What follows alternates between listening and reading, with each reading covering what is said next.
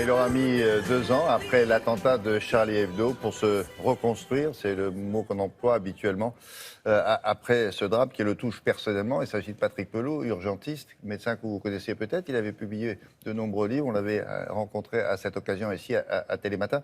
Alors, c'était carrément une descente aux enfers. Pour bien comprendre ce qui va suivre, il faut expliquer comment ça s'est passé ce jour-là pour lui, qui était membre de la rédaction. Il y avait une conférence de rédaction. Hein. Il était chroniqueur à Charlie Hebdo, Patrick Pelloux, William, et donc le 7 janvier 2015, il y avait une conférence de rédaction à laquelle il n'a pas pu assister. Parce qu'il avait une autre réunion pour le SAMU de Paris, pour son boulot. Et en fait, donc, il le dit dans ce livre, j'aurais dû mourir avec mes camarades ce jour-là. Ouais. Il est arrivé parmi les premiers, si ce n'est le premier après l'attentat. Ouais. Et évidemment, il le raconte dans ce livre intitulé L'instinct de vie au Cherche Midi, qui sort aujourd'hui. C'est la sidération. En fait, son bouquin consiste à dire, voilà, moi je suis urgentiste, donc normalement je suis préparé à connaître des situations dramatiques, des accidents. Il dit, mais ça... L'horreur que j'ai découverte ce jour-là, j'y étais pas préparé. Donc descente aux enfers, il dormait plus, comme quelqu'un qui a subi un traumatisme. Ce qu'on veut dire là, c'est une double peine.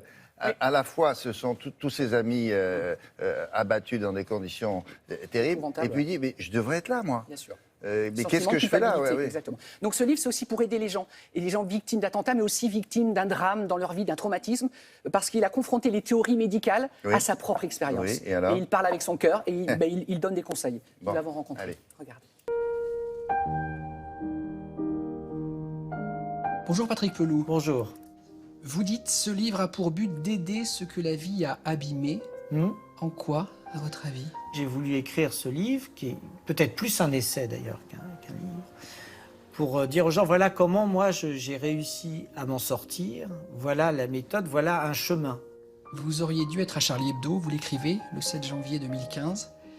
Quand on échappe à un attentat, c'est quoi sa réaction? C'est se dire, moi je suis vivant, ou alors j'aurais dû mourir? Ah, les deux, c'est le syndrome de la culpabilité. Par exemple, les gens du 13 novembre qui devaient aller à tel restaurant avec un ami, une compagne et qui n'y sont pas allés. Ceux qui devaient aller au 14 juillet à Nice et qui ne sont pas allés. Il y a toujours ce syndrome de culpabilité qui a fait. Mais il faut le combattre par le fait qu'il y a la réalité. Et il ne faut pas revenir sur la réalité. Il n'y a pas à avoir de culpabilité, en fait. Vous écrivez « Un attentat a ébranlé ma conscience médicale ». C'est-à-dire que pour vous, médecin, vous sauviez les gens, et là vous êtes rendu compte de votre impuissance, parce que c'était un théâtre de guerre. Mais de toute façon, ces attentats nous ont confrontés à des images de guerre, parce que c'était des armes de guerre, des lésions par armes de guerre, donc médicalement parlant. Ça a été un ébranlement de notre conscience, notamment des urgentistes, parce qu'on n'avait pas été formés à voir des situations de guerre comme ça. Vous dites que vous avez vu quelque chose que vous n'auriez jamais dû voir. Concrètement, qu'est-ce qui s'est passé? Vous avez senti votre corps dégringoler? Vous êtes tombé très bas? Qu'est-ce qui s'est passé? C'est le moment dans le psychotraumatisme où vous avez la confrontation à l'horreur. Et donc, vous avez cette période de sidération où le cerveau, en fait, il y a des mécanismes qui se font au niveau du cerveau qui est complètement déconnecté. Vous ne pouvez plus tellement réagir, et c'est là où, en fait, nous devons agir, notamment avec les cellules d'urgence médico-psychologique, pour soutenir ces victimes et les aider dès les premiers instants. Les 6-9 mois après le drame, on tient comme on peut. Quoi, comme un funambule Oui, c'est ça. À tout moment, on se dit... Comme l'équilibriste, etc. Et après, des choses qui m'ont fait beaucoup de bien, qui ont permis de ce que j'appelle les bulles, c'est-à-dire des moments où d'un coup vous ne pensez plus au drame et où en fait vous arrivez à commencer à reprendre un peu de recul. Mais c'est long. Et je suis sûr que ça parle à des gens qui ont eu des psychotraumatismes et qui des fois doutent, ils se disent mais c'est très long, je m'en sortirai jamais. Mais oui, c'est très long. Mais ça finit par aller mieux quelque part, sans oublier quoi que ce soit. Vous avez intitulé votre livre « L'instinct de vie ». Pourquoi?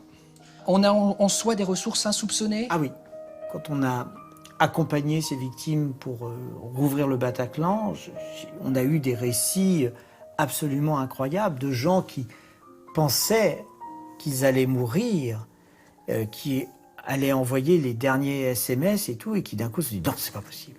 Et ils ont réagi, ils sont sortis. Vous terminez par une note d'espoir, c'est la course, vous recourez à nouveau, je crois, vous couriez beaucoup avec votre ami Charb.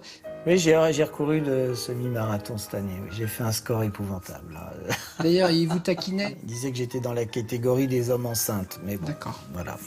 Merci beaucoup, Patrick. Merci à vous. Merci. Merci. Voilà, ça s'appelle Instinct de vie. C'est publié chez... Recherche Midi, William. Parfait, merci beaucoup Damien.